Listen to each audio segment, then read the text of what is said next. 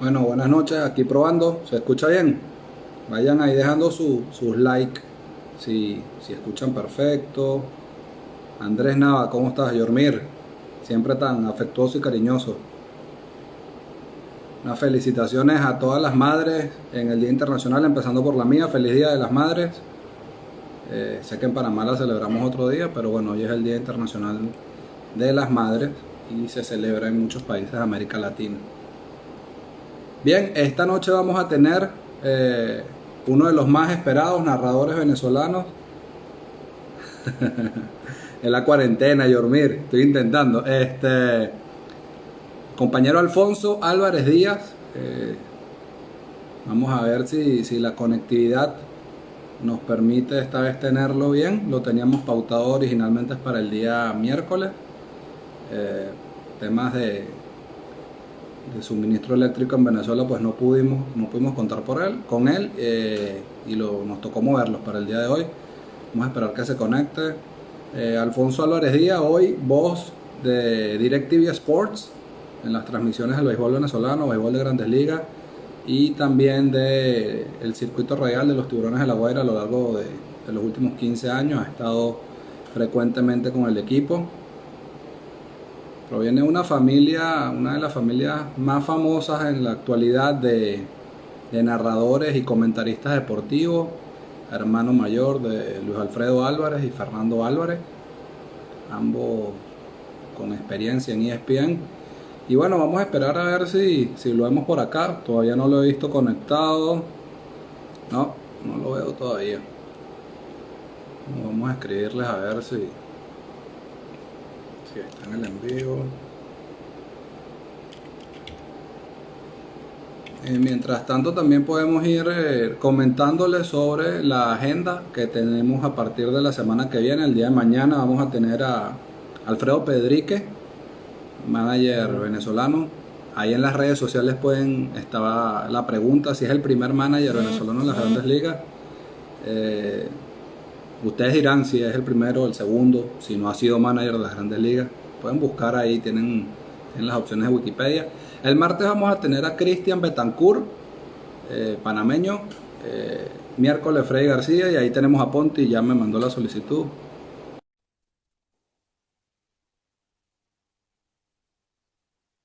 Está esperando, vamos a ver. Y ahí está. Finalmente, hermano, buenas noches. Buenas noches y de verdad, ¿Cómo? lo primero, disculpas porque hemos tratado de hacer este contacto y realmente, bueno, todos conocemos cuál es la situación. Espero que no se nos vaya la luz mientras estemos aquí conversando y compartiendo, pero bueno, como todos ya saben, me ha tocado estar acá en Margarita, pedí mis vacaciones y estoy aquí y con esto comenzamos. Yo siempre pido mis vacaciones al finalizar la Serie del Caribe y antes de que empiecen las grandes ligas, porque digamos que es el lapso de tiempo donde no hay menos trabajo. Y bueno, me Claro. tocó acá, llegué el 11 de marzo, el 13 vino la cuarentena y bueno, aquí estamos y con el mayor de los gustos compartir y realmente pasar un rato bien agradable con todos ustedes. Bueno, muchas gracias por aceptar la invitación. Gracias por los esfuerzos que sé que estás realizando para poder conectarte. Bueno, si todos sabemos más o menos cuál es la situación que hay en Venezuela actualmente y más en Margarita, así que realmente agradezco el esfuerzo que estás haciendo para poder estar acá. No, gracias a ustedes, de verdad que estaba pendiente y estaba bien animado por compartir con ustedes y bueno, aquí a conversar, que yo creo que siempre lo importante es que hablemos, conversemos y aclarar algunas cosas que se puedan aclarar y las otras, bueno, lo que estamos viviendo todos, ¿no? Desesperados porque arranque el deporte, que arranque el béisbol, que arranque el baloncesto y creo que a todo el mundo, porque esto es una situación que nos corresponde a todos en el mundo, el deporte es algo que distrae, es algo que está en el alma. Puede ser el fútbol, el béisbol, el baloncesto, el tenis, lo que sea. Pero eso yo creo que todos llevamos un poco de deportes dentro Y eso nos hace falta, ¿no? Para despejar un poco la mente en tanta situación complicada que estamos viviendo. Claro, una de las principales, como que las principales falencias que estamos sufriendo ahorita, más allá del nivel de salud, es el tema de que no hay deporte, porque mucha gente puede pasar días encerrado en su casa viendo deportes, pero ahorita no hay fútbol, no hay béisbol, no hay básquet.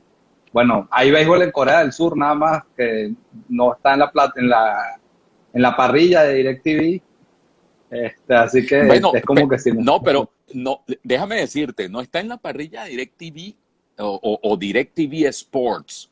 Vamos a hablarlo así, no tiene los derechos, los compró ESPN, pero hablé con Luis Alfredo, mi hermano, y Ujú. esto puede ser una bonita noticia y a lo mejor una primicia y Luis Alfredo me va a matar, pero ESPN compró los derechos para lo que ellos llaman doméstico, que es el ESPN en inglés, y aparentemente van los derechos también en español y se va a transmitir aparentemente el béisbol de Corea para Latinoamérica, inclusive Venezuela, porque nosotros a veces sufrimos, y te lo digo como plataforma DirecTV, no como DirecTV Sports, sufrimos el hecho de que nosotros tenemos que poner en parrilla lo que nos mandan, no es lo que DirecTV escoge. Y ESPN decide, mira, Claro. o Fox, que es la misma gente, es Disney hoy en día, pero deciden, esto es lo que va para Venezuela y es lo que tenemos que tener en nosotros. Pero aparentemente tengo entendido que sí va a haber el béisbol coreano y va a ser también en español. Ernesto, Luis Alfredo y Memo van a estar llevándole las incidencias de ese béisbol y lo vamos a ver también en Venezuela. Ah, bueno, son buenas noticias, por lo menos vamos a empezar a tener deportes ya. Así es, y yo creo que nos hace falta porque, mira, la situación es complicada. Yo temprano también tuve un live y les comentaba esto. Yo digo, el problema es que por primera vez todas nuestras generaciones estamos viviendo el presente, porque el pasado ya es pasado. El problema es que hoy ciertamente no sabemos cuál es el futuro, ni cuándo arranca el futuro. Ese es el gran problema. No sabemos cuándo va a arrancar nuestro futuro con Ni todo lo que cómo. nos está pasando, ni cómo. Entonces, en estos días hablando con unos amigos, no, yo no estoy de acuerdo que el béisbol arranque el 4 y en los campos de entrenamiento y sin público y con reglas nuevas. Hermano, estamos viviendo en un mundo que es nuevo para todos. Lo que venga después de esta pandemia es nuevo.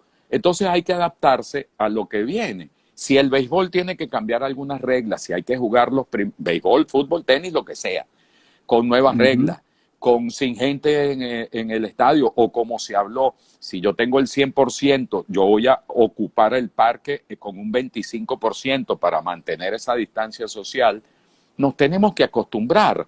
Ahora, que no va a ser es lo mismo que nos decían nuestros abuelos, el béisbol no es el mismo. Y después de esto no va a ser nada lo mismo. No el béisbol, Claro. nada va a ser lo mismo. No, bueno, nosotros de hecho los que hemos visto de béisbol desde el 70, 80, 90, hoy en día decimos el béisbol no es lo mismo. Así que poco a poco los deportes van evolucionando o van cambiando de alguna manera y probablemente esta sea otro cambio, por lo menos hasta que No, se consiga una vacuna, una cura, etcétera, etcétera. claro, y este va a ser un cambio, probablemente es un cambio momentáneo, circunstancial, como ustedes lo quieran llamar, pero tenemos que arrancar. O sea, el mundo no se puede parar, o sea, el mundo no gira más. Nos quedamos aquí Exacto. todos varados, cada quien en su casa, y entonces jugamos béisbol por máquinas y no, todo tiene que seguir y todo va a cambiar y nos va a cambiar ya nos cambió la vida. Entonces hay que Claro. adaptarse a esas nuevas circunstancias hasta que todo pueda nuevamente volver a esa normalidad que nosotros queremos, pues. Y que esperemos que sea rápido, la verdad. Bueno. Todos esperamos eso, hermano. Sí. Ponti, la idea de nosotros al tenerte acá era conocer un poco sobre toda tu trayectoria. Me parece que es una de las trayectorias más bonitas en el medio. Eh, Primero por tu carrera y segundo que es demasiado extraño conseguir una familia completa de hermanos que esté metido en esto y que todos sean exitosos, ¿no? sea, porque de repente uno dice, bueno, uno por ahí reconoce a otro, pero en este caso son los tres, han hecho una carrera excelente, todos son reconocidos en el medio y bueno, en algunas veces en tu caso y Luis Alfredo son hasta confundidos, ¿no? En algunas oportunidades. Este, Muchísima, es más, te voy a decir, hay mucha gente que me sigue a mí creyendo que soy Luis. Échale, pichón. Bueno, Sorita, un beso grande, de verdad. Que estoy empezando a ver aquí algunos mensajes que siempre a veces uno se les pasa, ¿no? Sorita, sí. una bonita amiga y seguidora del deporte y nos sigue a todos, a Ernesto, a todos, a mis hermanos. Y es verdad, mira, a nosotros nos sucede una situación súper interesante. Mi papá fue una persona de televisión, pero mi papá llevaba el deporte por dentro, lo practicaba, no los inculcó, pero mi papá hacía un programa de variedades musical en la época de oro de la televisión de Venezuela. Pero esa semilla Ujú. del deporte Así. siempre la tuvimos. Y por cosas del destino, recuerdo, Luis Alfredo se va a estudiar mercadeo a Louisville, en los Estados Unidos, y ahí empieza él la piquiña por esto de las comunicaciones, etcétera, etcétera. Y Luis, cuando regresa, Luis llega a ser gerente en Televen y gerente de televisión, y es gerente de deportes. Y él amante, y él, Luis Alfredo practicó deportes, y yo creo que él fue el que más destacó a nivel deportivo de todos nosotros, hasta en juvenil pudo jugar Luis. Y pues de repente lo conseguimos como gerente, y tanto Fernando como yo empezamos a dar nuestros primeros pasos en Omnivisión Multicanal, que tú ni siquiera habías nacido. Tú no sabías que No se aquí había. había un canal. Ah, bueno. Por supuesto que transmitía la señal de Chicago WGN, por supuesto que la vi. Claro, era el canal 12 y era una caja, como tenemos las cajas de DirecTV hoy, que tiene sopo 200 canales, eso era el Ajá, canal, un solo canal. era un solo Y canal. ahí mira, Fernando Arriaza, o sea, por nombrarte algunos, ¿no? Fernando, Luis Alfredo, estuve yo, pasamos por ese canal y fue un parte de nuestra escuela. Y cuando yo llegué a Omnivisión, yo no pensaba dedicarme al mundo del deporte, ni a narrar, ni mucho menos. Mi vida era la publicidad, las relaciones públicas, porque yo me gradué en la Católica en el 81, mención relaciones públicas y publicidad. Pero el deporte uno lo lleva en la sangre. Y resulta que en una oportunidad, Luis Alfredo, como gerente de Omnivisión, tenía, no me acuerdo si era una Copa América, una Eurocopa de Naciones, eso fue cercano al 93. Y Luis estaba bollado. Todo el talento estaba volcado a esa transmisión. Y me dice, tú no. Y coincidía con las grandes ligas. Y me dice, tú no te atreves a narrar un juego de pelota. Yo le digo, estás loco. Y ya yo era locutor, ya yo hacía programas en radio, yo había hecho teatro en la Universidad Católica. Y yo, estás loco, ¿cómo voy a narrar yo un juego con toda la pasión y el amor que siento por el béisbol? No, hombre, si tú te atreves, y nosotros jugábamos de chiquitos y imitábamos a Delio y a Licán y a Carlos Tobar Nacho, los imitábamos. Y yo me fui y me tocó transmitir con Dominguito Álvarez. Todos conocemos a Domingo, que fue gerente de la Liga Profesional de Béisbol, periodista extraordinario y gran amigo. Y me dice, además, quédate tranquilo que no vas a salir en cámara, que es aquel temor de ver la cámara enfrente y lo que tienes es un camarógrafo. Pero uno sabe que mucha gente te está viendo y no le tiene temor a esa cámara. Bueno, lo hice en off, gustó, y yo empecé a hacer ese trabajo de gratis. O sea, yo no cobraba. Esto era para mí era un hobby y en vez de ver el juego en mi casa, lo narro y lo veo en Omnivisión. Y allí, pues, fue creciendo la cuestión, gustó mi trabajo, después hice el noticiero en Omnivisión y en la final Caracas-Lara, eso fue año 96-97, en el universitario me conseguí a María Alexandra Sara, la tuerta, y María me dice, Ponti, tú te vendrías a trabajar con nosotros a Televen. Televen era un canal que estaba creciendo, pero una pantalla bella, espectacular, distinta, y yo no me lo podía creer, y yo le digo, pero claro, me hacen una oferta, yo digo que sí, y en el año 97, para arrancar las grandes ligas, una vez finalizada la Serie del Caribe de esa temporada, entro a Televen, que fueron unos años maravillosos de mi vida, fueron 8 años, y ahí fue realmente cuando empecé a crecer como narrador, como relator. Esos 8 años todavía la gente por ahí me ve y me grita, para Televen! Y tengo ya 10 años en DirecTV Sports, imagínate tú. Claro. O sea, ponte que podemos decir que el que de la familia, el que inició en esta rama de los comentarios deportivos fue Luis Alfredo.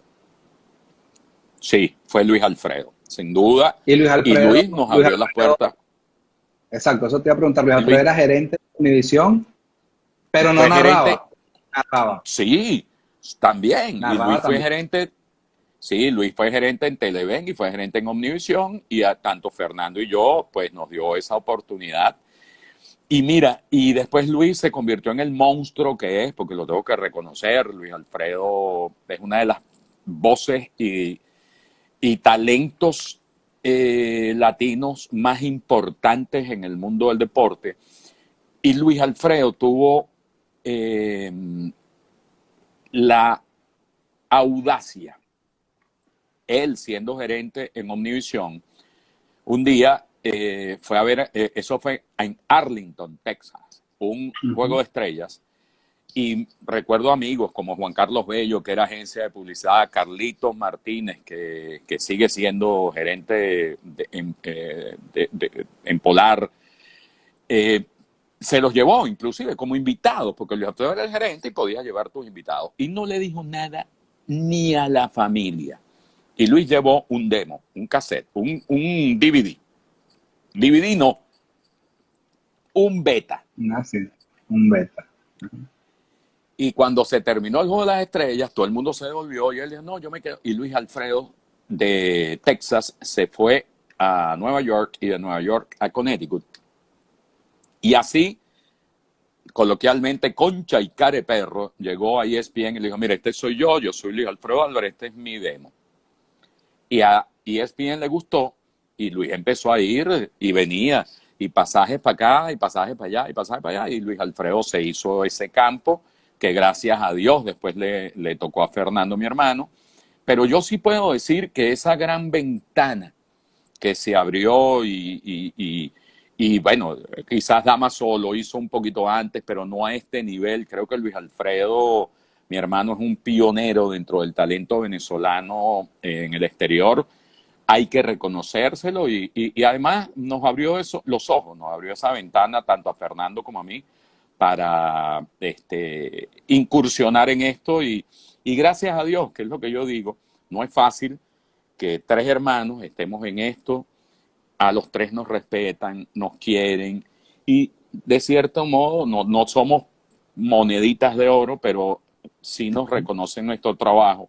Y creo que eso es bien importante, ¿no? Y sobre todo que nosotros lo hacemos con mucho respeto, con mucha amor a lo que hacemos, porque fue lo que nos enseñó mi papá y creo que no hemos defraudado a la gente. Sí, no, totalmente de acuerdo. Mira, por aquí hay nos han dejado varios comentarios. Saludos Álvaro Espinosa, te dejo estar conectado aquí en el live. Wow, un abrazo Álvaro, por Dios. Aquí preguntan muchas cosas al mismo tiempo y también otras que tenemos preparadas. Porque aquí preguntan, ¿no? Preguntas ahorita, ¿por qué no te fuiste también a los Estados Unidos? ¿Te salió alguna oportunidad? Sí, no lo voy a negar. Y te voy a decir, fueron dos oportunidades. La primera, Luis Alfredo tenía 5 o 6 años ya. Y a mí se me presentó una oportunidad y lamentablemente, pues, inexperiencia, mala crianza, como tú lo quieras llamar. Yo no me fui. Llegó Fernando, con el pasar de los años, por allí cercano al 2002, yo creo que eso fue cercano a aquel paro que hubo en Venezuela y etcétera. ESPN 2002, me 2003. llama, sí, me llaman y me dicen que quieren hacerme un casting y me pagaron todo, pasajes. Es más, yo les dije, no necesito hotel, no necesito carro, si mis hermanos están allá, yo les ahorro la plata. Y yo me fui, hice una prueba, hice un casting y te puedo decir inclusive qué me tocó hacer, porque hice 3 innings de un juego de los Padres de San Diego y los Bravos de Atlanta, que además casualmente ya yo había, ese mismo juego lo había transmitido yo acá en Venezuela, o sea, me lo sabía de memoria. Ya Y te me sabías tocó la hacer, pregunta. no, porque era narrar esos 3 innings, pero además, como ya lo había hecho, ya sabía que era lo que estaba pasando, era muy fácil. Pero después me pusieron a hacer el baloncesto universitario y fue la final entre Syracuse y Kansas, que fue muy famosa esa final. Y yo recuerdo, y lo cuento o sea, con toda la sinceridad del mundo, me dijeron en ese momento, Ponti, he escuchado esta final en vivo 10.000 veces y lo que tú me transmitiste, sabiendo que lo estaba haciendo, era grabado, o sea, era una cuestión que ya había pasado, les encantó. Pero bueno, el destino de repente dio las vueltas, me habían dicho que sí, yo hablé con los jefes, hablé con todo el mundo allá, yo estaba convencido que me iba y me vine a Venezuela y de repente hubo cambios allá, gerenciales, etcétera, etcétera, y lamentablemente pues de repente me dijeron, 3 hermanos trabajando en la misma empresa, eso no es posible. Y bueno, mi comentario fue, y si no es posible, ¿para qué me pagaste un boleto aéreo, me ofreciste hotel y me dijiste que viniera? Entonces creo que se generaron varias situaciones allá en ESPN. Fue otra avalancha de talentos de otras regiones. Y bueno, mis 2 hermanos estaban allá, yo lo entendí y lo acepté. Y con todo y eso, yo trabajé después para la cadena ESPN, hice 5 temporadas de la Liga Venezolana de Béisbol Profesional desde Venezuela, porque hay que recordar que Luis Alfredo, Ernesto, todos venían acá, Fernando, a transmitir el béisbol profesional de Venezuela, pero imagínate tú lo que significaba para una empresa como ESPN pagar boletos, llegabas un lunes o un martes, transmitías el miércoles y te devolvías el miércoles, hotel, o sea, eso viático, es un gasto. ESPN decidió buscar talento acá y bueno, gracias a Dios a mí me tocó hacer esas 5 temporadas, unas las hice con Panchi Blavia, otras con Alejandro Freire y otras me tocaron con José Luis Mora, gran amigo, y bueno, y fueron 5 temporadas hermosas que hice para ESPN y el contacto sigue existiendo, ¿no?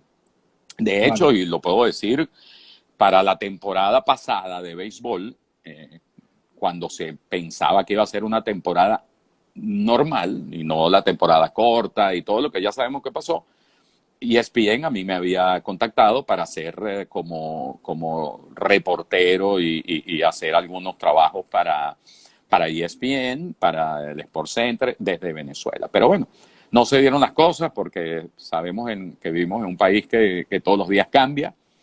Pero ese contacto con ESPN permanece y bueno, a través de mis hermanos, imagínate, ¿no? Sí, claro, siempre está presente esa oportunidad ahí, ¿no?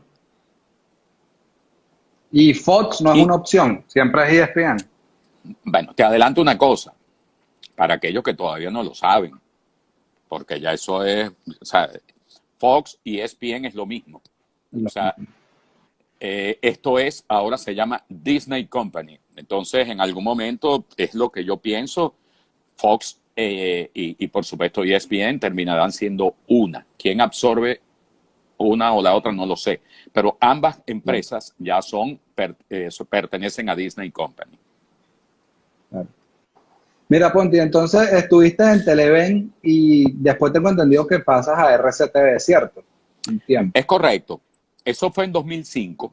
En 2005 yo salgo de Televen, que era mi casa. Yo no salgo de Televen porque quise, sino que cambiaron las condiciones de trabajo en el sentido, llegó gente muy preparada, pero que tenían una visión distinta. Para ellos el deporte no era prime time, no era primordial, tenían otra visión y creo que a la larga algo tuvo de razón. Televen creció como empresa tremendamente, pero el deporte no era prioridad. Claro. Quedaba un año más de contrato con MLB pero yo decidí tomar la decisión de irme porque ese contrato había que honrarlo, pero RCTV estaba haciendo una oferta para hacer multianual un contrato con MLB. RCTV, y quiero que lo sepan, RCTV jamás había transmitido béisbol de Grandes Ligas. Acuérdense que las primeras transmisiones eran de Venevisión, que era el juego del domingo, que era el que teníamos de Grandes Ligas, de Canal 8 después hizo incursiones, y RCTV se atreve a hacer esto. Y estaban Panchi, estaba Toma Papá, Jesús Eduardo Acosta, y nos llevan a John Carrillo y a mí, con una esperanza tremenda.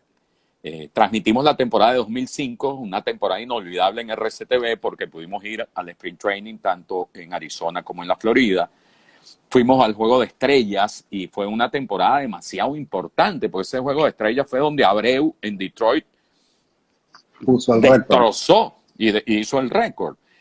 Después fuimos a transmitir par de juegos en el US Cellular Field de los Medias Blancas, que obviamente el manager era Ozzy Guillén, y transmitimos un juego que pichó Félix García, Freddy, perdón. Y ese es el año que los Medias Blancas quedan campeones. Y además los Medias Blancas quedan campeones con Osvaldo Guillén. Entonces fue una temporada muy importante para RCTV y venía el primer clásico mundial de béisbol. Bueno, la esperanza nuestra era contrato 4 años multianual, 4 años de Grandes Ligas en RCTV, primer clásico mundial. Y hay que recordar el conflicto que había RCTV gobierno, eso no lo podemos ocultar porque RCTV está cerrada. Y en ese momento Canal 8 o el gobierno dice que ellos también quieren transmitir el Clásico Mundial. MLB les dice, perfecto, pero también tiene que transmitir Grandes Ligas porque va en el contrato. Y RCTV dice, mira, no. O sea, yo estoy pagando por una exclusiva multianual y ¿por qué tú vas a dejar que el canal del gobierno entre? Pues, o sea, era una cuestión de conflicto de intereses.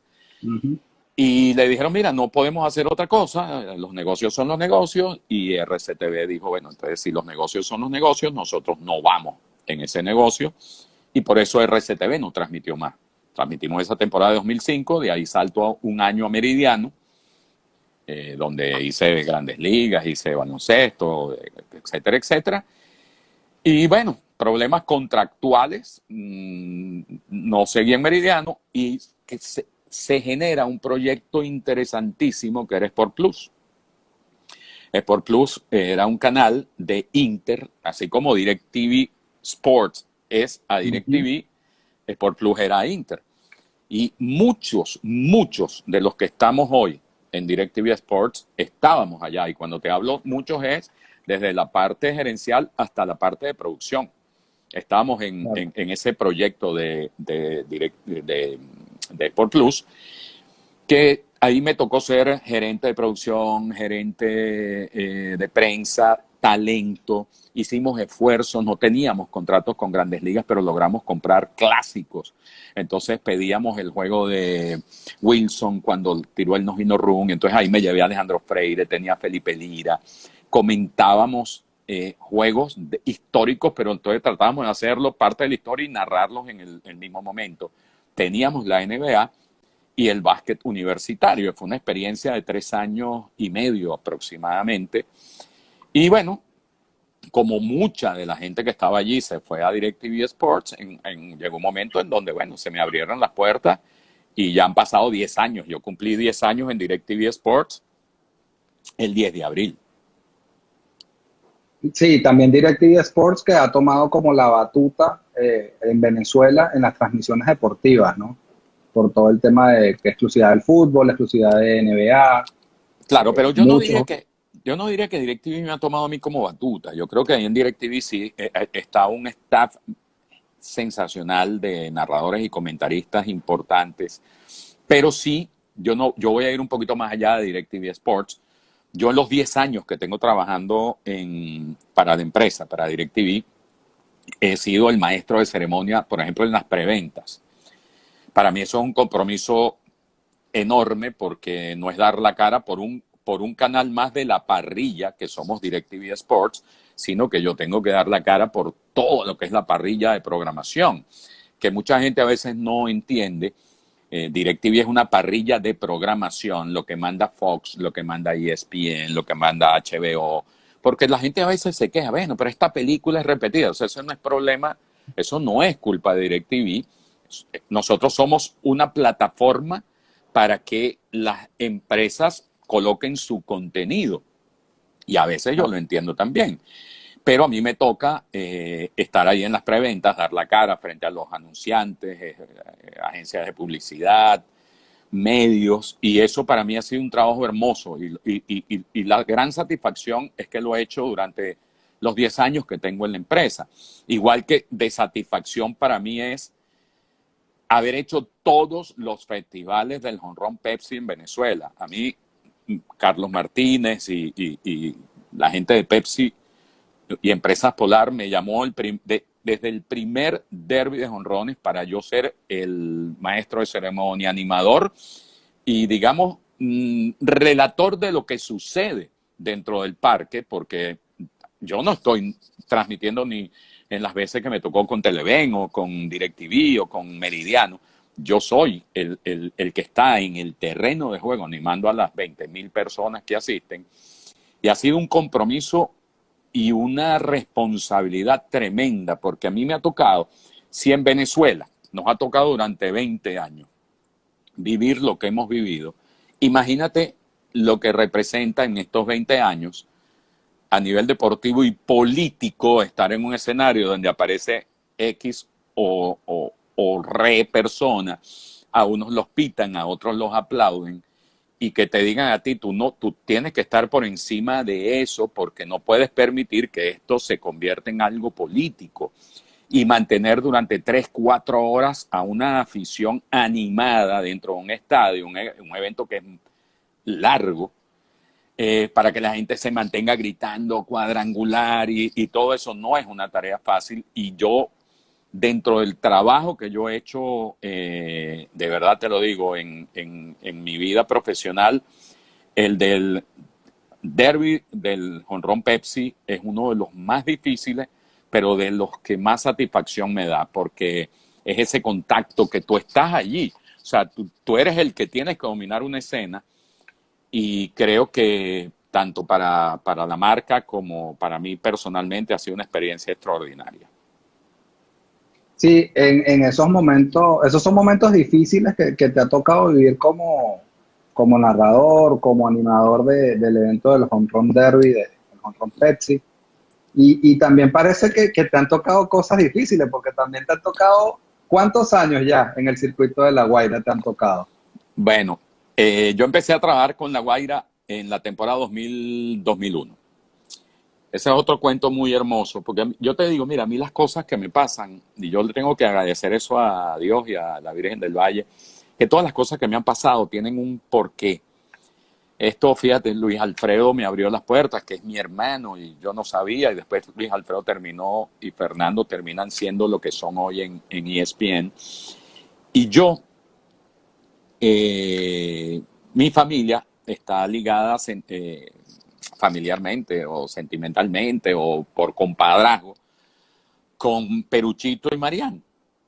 Y cuando muere Pedro Padrón Panza, yo voy a la iglesia allá en Caraballeda, y estaba Peruchito y Marián, y yo le digo, Peruchito, ¿sabes que yo quisiera trabajar con el circuito de los tiburones? Porque yo tengo unos primos, mis primos Sardi y Díaz, que los hijos de la hermana de mi mamá, nacieron todos en los corales, gente de La Guaira, fanáticos de los tiburones toda la vida, y no solo son mis primos, son mis hermanos, mi vida, con ellos he compartido todo. Y yo decía, cuyi, yo había trabajado 2 años con el Caracas, había trabajado también con Pastora de los Llanos. Yo le digo a Peruchito, yo quisiera trabajar con La Guaira. El día que yo traje con La Guaira, yo me caso hasta el día que me muera con este equipo. Y Peruchito no lo vio, porque vino la tragedia de Vargas, Peruchito muere, Y Marián hace el enlace con los herederos. Y empiezo yo en esa temporada 2000-2001 a trabajar con los Tiburones y salvo un par de años, que el año pasado no estuve, un año que estuve con Caribes, he estado casado con este equipo de los Tiburones, con el que me identifico tremendamente, con el que es una afición espectacular, un equipo que trabaja, y eso no me lo puede decir a mí nadie, pero yo he vivido, no viví la administración de Pedro Padrón, pero vivir las demás, trabajan para ser campeones y que, como todo en la vida, hermano, los cachorros pasaron 100 años, a veces es cuestión de suerte, recuerden aquel batazo y a Lowe, la suerte influye para que los títulos lleguen, y yo sé que cuando a La Guaira le toque su momento va a ser campeón por varios años, porque se trabaja. Mira, Pérez, Carly, Venevisión nunca te llamó, sí tuve un contacto en una oportunidad con Venevisión, hablé con mi hermano Héctor Cordillo, Víctor Ferrer estaba allá en Venevisión, pero bueno, no llegamos a concretar nada en ese momento y yo seguí pues mi camino en el que he estado. Mira, aquí dicen el mejor equipo del mundo mundial. Ponte, y también nos preguntaron antes, de quiénes eran fanáticos los tres hermanos antes de empezar en todo esto de la narración deportiva. Por lo que veo, tú eras de La Guaira. Bueno, Luis Alfredo, yo te voy a ser honesto, y esto quizás muchos lo van a oír por primera vez, pero te lo voy a decir a ti. El fanático, realmente el fanático original y originario de los Tiburones de La Guaira es Luis Alfredo. Fernando es caraquista, mi hermana es caraquista, mi papá es caraquista y yo soy el mayor de todos los hermanos. Y obviamente cuando tú naces y eres el mayor, a ti casi que te ponen una camisa. Tú naces con la camisa y eso nos ha pasado a todos. Tú naces con una camisa que es la que tu papá te pone.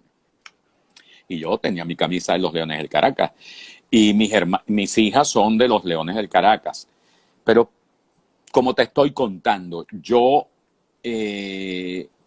cuando tú haces un compromiso como el que yo hice, y donde yo creo que el equipo Tiburones de La Guaira es como el segundo equipo de todos. Eliminan al Magallanes, ¿qué más a La Guaira? Eliminan al Caracas, a La Guaira. Yo creo que el Caracas es el único que no va a La Guaira, pero el resto, La Guaira es un equipo que ha sido simpático. Y yo, sí, yo no tengo por qué no reconocerlo, obviamente, bueno, yo nací con una camisa de los Leones del Caracas, pero en el transcurrir del tiempo pues me enamoré y cuando yo hice esa oferta, porque no fue una promesa, porque fue una oferta que le hice a Peruchito y que él no la pudo vivir. Yo me casé con este equipo y voy a ser de los Tiburones y así será hasta el día que yo me muera, porque creo que La Guaira es una gran divisa, creo que hizo por mí algo muy importante y eso se lo agradezco a Marián. Y uno tiene en la vida, chicos, que tomar las decisiones de lo que uno quiere ser. Y tú porque nazcas y te pongan una camisa o la gorra de quien quieran tus padres, eso no debe ser. Uno tiene que tener la personalidad de escoger qué es lo que quiere ser. Y a mí me tocó hacerlo hace, bueno, ya 20 y pico de años.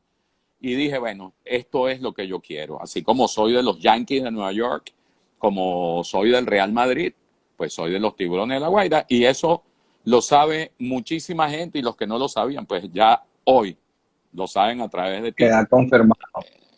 Y así soy yo, y como siempre lo he dicho, yo soy transparente y el que se me acerca a mí va a ver a Ponti como estoy yo contigo, o me ves en un estadio donde tú me consigas. Yo soy de las personas que lo primero que hago al llegar a cualquier parque es dar una vuelta, conversar con la gente y si me toca narrar la mitad del juego, la otra mitad me voy, me meto en el público y comparto, porque si uno es parte de esto, tú no lo puedes después, o sea, tú no te puedes desligar. Entonces no hay nada más sabroso que sentarse en la tribuna a ver un juego. Entonces si yo tengo que narrar la mitad de un encuentro y la otra me puedo sentar y compartirlo con la gente que está ahí, ¿por qué no hacerlo? O sea, uno tiene que seguir siendo auténtico y uno tiene que seguir siendo el mismo. Tú no puedes estar en el palco y los demás abajo, no, uno tiene que seguir siendo lo que fuiste. Y eso es lo que siempre he querido hacer yo. Y que la gente me entienda. A veces me dicen, tú no puedes decir que eres tal equipo. No, sí soy. Todos somos fanáticos, todos tenemos fanatismo. Claro, no, sin duda. Sí, porque primero que cualquier profesión que puedas tener, tienes un fanatismo por dentro y un club que ligas, pues, de alguna manera, y que hoy va a ligar a este. Bueno, a Y mí me al han final, dicho, bueno, como dices tú, uno siempre liga al de uno. Yo voy al mío claro, también. ahora, si yo estoy en una transmisión en DirecTV Sports, que es mi casa hoy en día, y a mí ese fanatismo se me sale, bueno, tienes derecho a reclamármelo.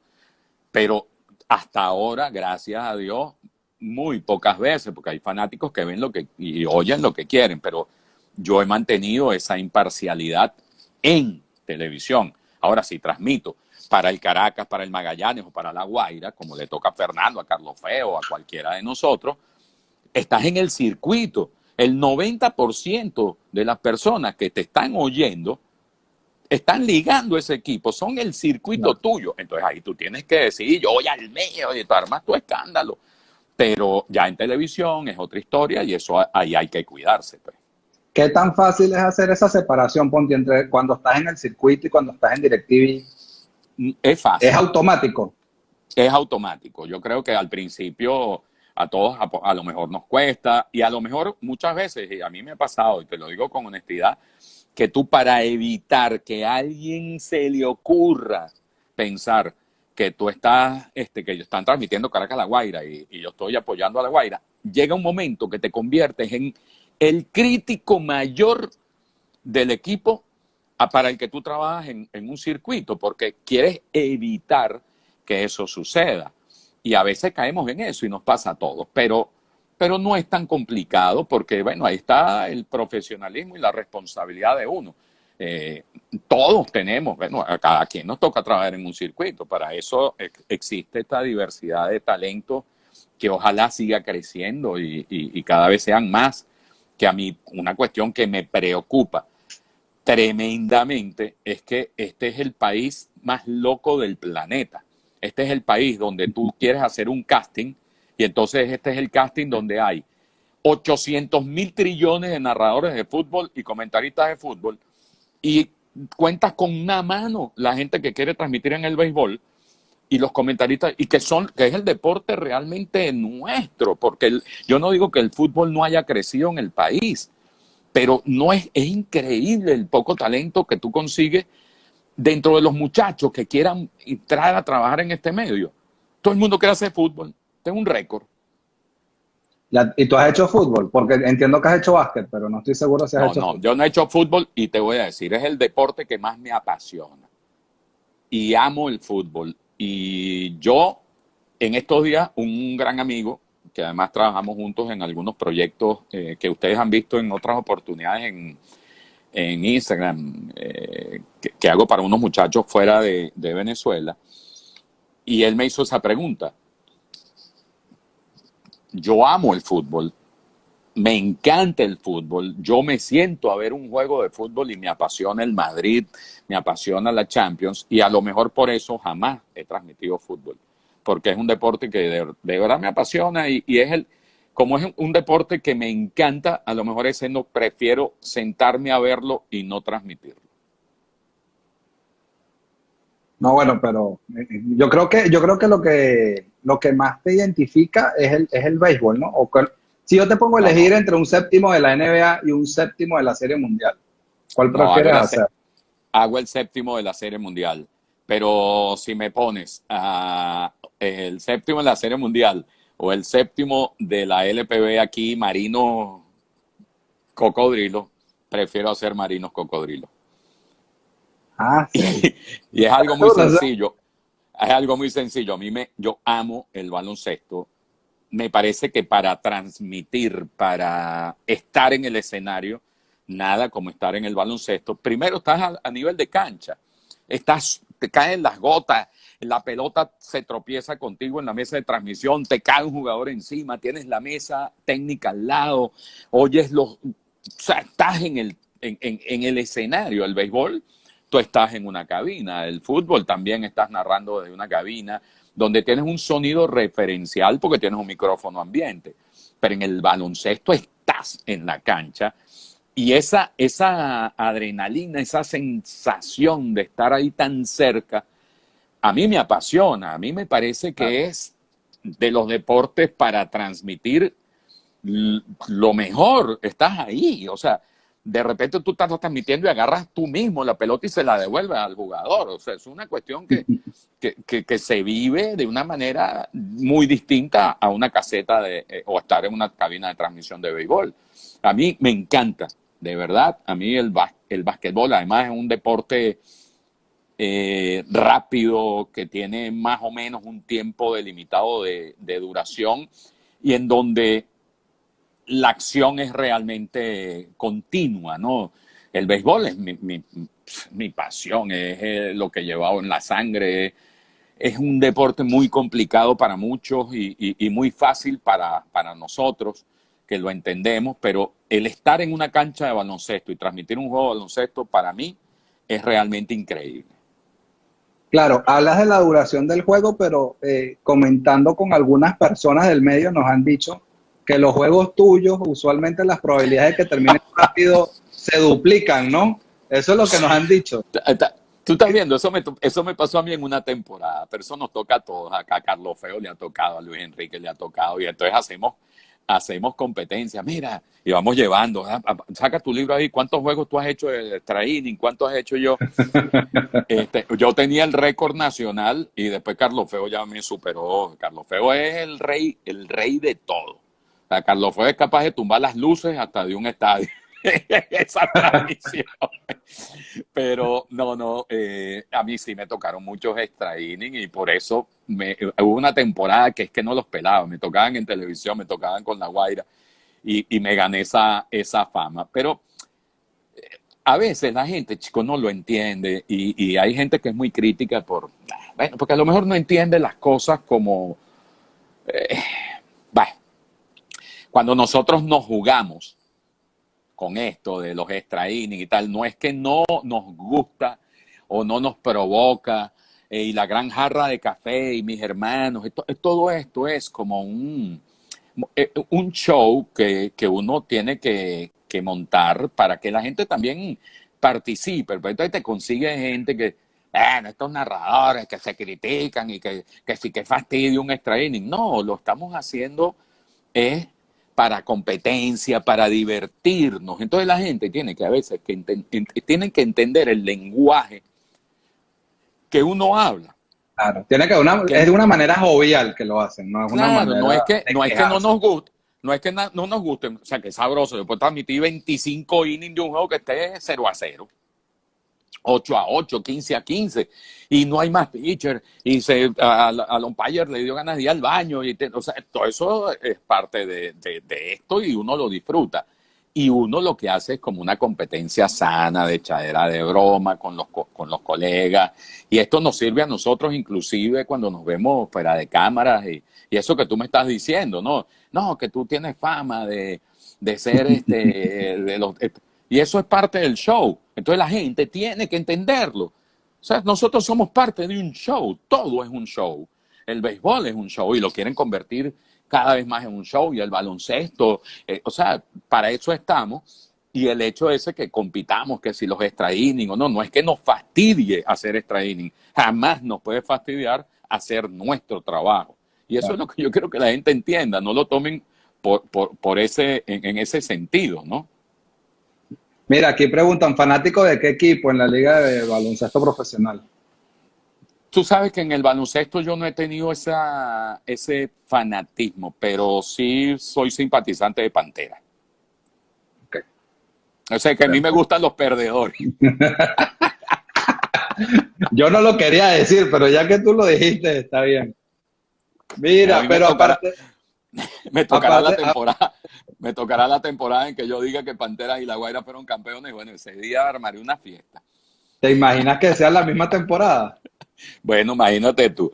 Mira, aquí me preguntan de dónde salió. Sí, no, ya vamos para allá, pero primero antes de eso, hay otro récord que tú tienes. Ajá. Tengo entendido que tú eres el récord, tienes el récord en no hit no run narrado. Bueno, para que tú veas que una cosa, bueno, me ha tocado, eso es suerte, y es como todo lo que yo te dije, es suerte. A mí yo he hecho alrededor de 5 juegos de no hit no run y 2 juegos perfectos, incluyendo el de David Cohn.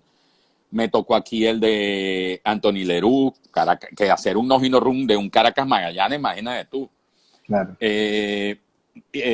Sí me ha tocado y eso se lo tengo que agradecer a la vida. Igual que me tocó hacer un juego en Televen que no teníamos programado. Y de repente nos llaman y dicen, mira, vamos a hacer un juego un jueves a las 2 de la tarde, de aquella época de cuando se transmitían muchos juegos de Atlanta o de los Cachorros. Uh-huh. Y me dicen, vamos a hacer un juego tal, pero pichar tal Kerry Wood. ¿Y este quién es? Y nos tocan a John Carrillo y a mí. Y ese muchacho, igual el récord de ponches de Roger Clemens. Y era un juego que no estaba, ni siquiera salimos en cámara. Y ni siquiera lo transmitimos desde el estudio. Nos citaron y nos pusieron un televisor en un salón VIP que había un sofá, una mesa, una especie de barra, que era donde recibían a los anunciantes. Y ahí nos instalaron a John y a mí. Y nosotros con un televisor ahí, así como estoy yo con el audífono y así vestidos de civil. Y me tocó hacer ese juego. Entonces, la suerte juega un factor muy importante también en este tipo en el trabajo de cualquiera. Y a mí me ha tocado esa suerte de estar en 5 no hit no run y en este juego de Kerry Wood. Me tocó estar, como te dije, para mí el evento más importante es esa Serie Mundial de 2000 Yankees-Mets y resulta que el héroe, el que da el batazo, es Luis Ojo para que los Yankees queden campeones. Un equipo como los Yankees, donde el más valioso de esa serie fue Derek Jeter, pero quien ganó el juego y dio el batazo para ganarlo fue Luis Ojo y nosotros estamos en vivo. La primera Serie Mundial a la que yo asistí fue en el 97, Marlins Cleveland. Y yo no la estaba transmitiendo. Estaban John y Beto Perdomo, que en paz descanse, transmitiendo la de los estudios de Televen. Y yo fui a hacer un trabajo para Telcel. En aquella época era el contacto vía Telcel y hacíamos unos contactos, aquí estamos, y yo hacía entrevistas y las ponían antes del juego. Y el sexto juego de esa Serie Mundial, el más valioso es Omar Vizquel.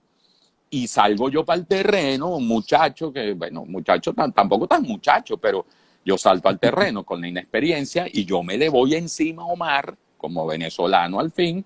Omar, cuéntanos, y hay un protocolo establecido por MLB donde Fox y ESPN, esas cadenas tienen la prioridad. Y yo me fui desbocado con mi camarita que no era en vivo, sino nada más hacerle la entrevista y me empieza la gente de MLB a decirme, no, ¿qué te pasa a ti? Y Omar en ese momento es Venezuela, es mi país, y yo le pasé por encima a Fox y a ESPN y Omar me dio esa entrevista a mí primero que a nadie y por ahí está grabada, ustedes la pueden ver porque creo que en estos días la han montado y son de esas cosas que le pasan a uno por inexperiencia, pero que también son cuestiones satisfactorias y lo que representa... Son experiencias, ¿no?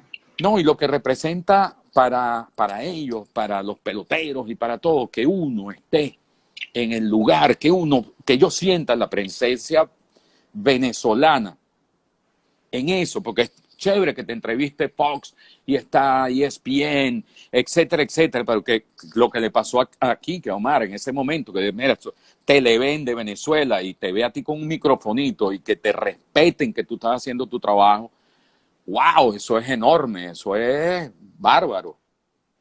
Mira, y ya que nombraste a Omar Vizquel, te toca hacer la pregunta de siempre. Si tuvieses voto para el juego para el Salón de la Fama, Si Vizquel tiene que ir al Salón de la Fama. No, si yo tuviera voto ya Vizquel estuviese en el Salón de la Fama. Claro, obviamente. Yo te voy a ser honesto. Yo a Aparicio, obviamente, yo voy a cumplir el viernes, cumplo 61 años, yo a Aparicio no lo vi, o sea, imagínate, pero a Vizquel sí, y a Ozzie Smith también lo vi, y a Osvaldo Guillén, y a Alfredo Pedrique, y a Gustavo Polidor, y a los mejores campos cortos que tú puedas imaginarte, igual que Villagíter. El mejor campo corto que yo he visto en mi vida se llama Omar Vizquel.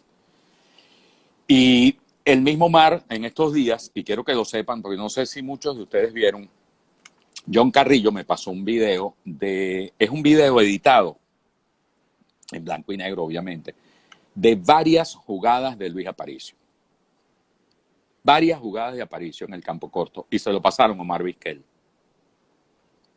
Cuando Omar lo ve, y escuché la voz de Omar Vizquel decir, wow, me quedo loco, la similitud de movimientos, de actitudes de dos personajes que no son ni contemporáneos, pero el movimiento, el alcance, lo que hacían es muy parecido. Y Omar se quedó loco y es mezquino. Yo sé que hay gente que tiene opiniones y sé que hay gente que dice que Omar Vizquel no fue el mejor de su generación. Está bien, no fue el mejor de su generación, es el mejor de las generaciones de varios. Así lo veo yo y Omar merece un puesto en Cooperstown. Esa es mi opinión. Exactamente.